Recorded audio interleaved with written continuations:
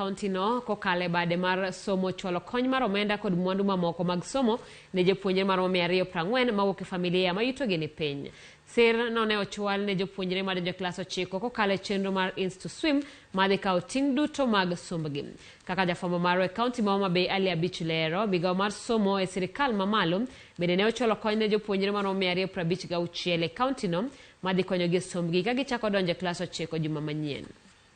Fins to swim. Father and deeper. Fins to swim.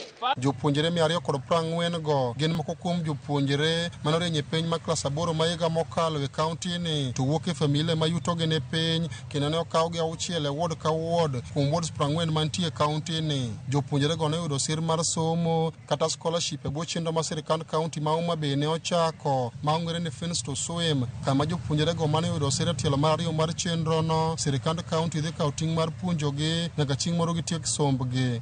Last year, or the year before last, immediately after our election, recognizing that this county will have many students who will pass their exams highly and will not be able to go to the schools to which they have been called, thereby curtailing their ability to compete with other students from other areas of similar levels of brilliance.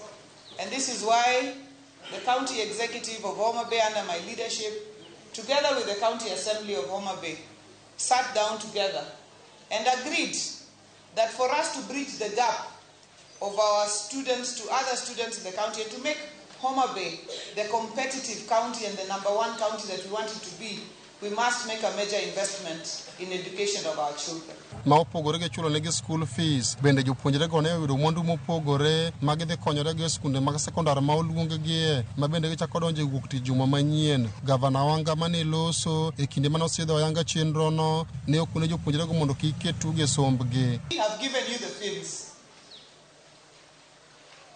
The rest of the work is now in your hands for you to be able to swim further and deeper. So students, we are really relying on you. These members of the County Assembly, MCAs Muneno Kagi, Otuonore, ntie gik ma ginyalo timo ne gin giwegi, ntie kuonde ma ginyalo kete pesa mag projects. To ne giwacho ni wawinjore ni kar mondo watim gik mamoko, wakuong wachaka ne gisomo. Jalop Gavana Oyugi Magwanga kod jatend migawo mar somo e kaunti ni Martin Opere ne okone chenro makamano geto ting'o malo rang'iny mar somo e kaunti ni kama ne gijiwo jopuonjre manie bwo chenro no mondo ket pachgi e chenro mag sombgi. Concerted effort. The parents okaw nyathini itero ni school. The sanduku ni kanyo, fee ni kanyo, everything ni kanyo. Yours is to pray for them. Advise them to remain respect.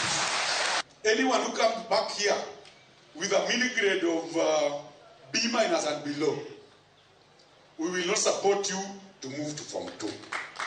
Kumachielo bende kwand jopuonjre madirom 256 e kaunti ni ne oyudo sir ka owuok e bad migawo mar somo e sirikal mamalo ma bende okawo ting' mar puonjogi nyaka chieng' moro gitiek sombgi. Ali Abich, Ramogi TV, Homa Bay.